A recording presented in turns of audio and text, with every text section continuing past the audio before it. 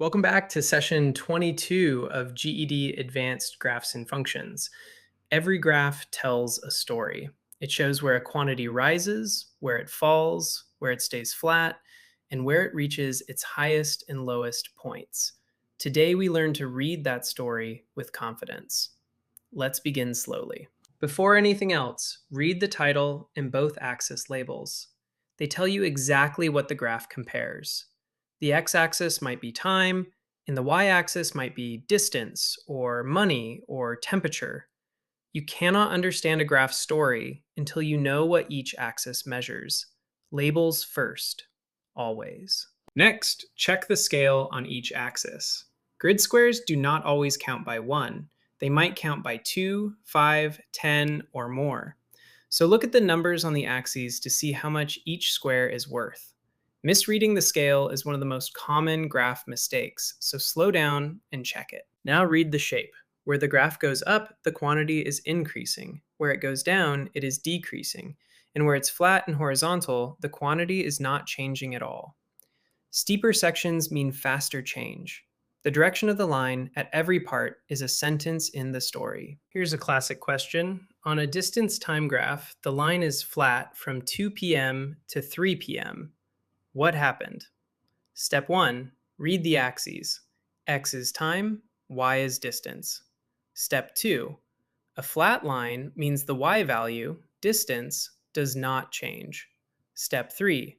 If time keeps passing but distance stays the same, the object must have stopped. It was stopped from 2 to 3. Graphs often ask for the greatest or least value. The highest point on the graph is the maximum, the largest output shown.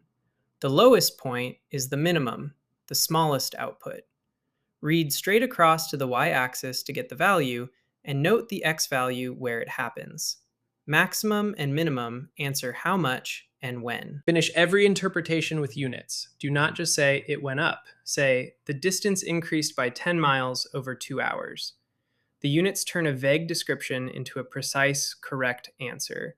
A complete graph story always names the quantity, the amount, and the units. 3 traps. First, a flat line means no change, not zero distance. The value is holding steady, not sitting at 0.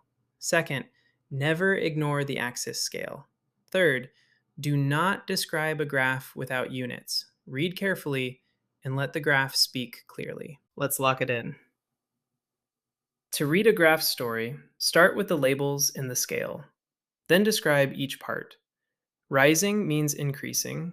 Falling means decreasing. Flat means no change. Find the maximum and minimum when asked, and always answer with units.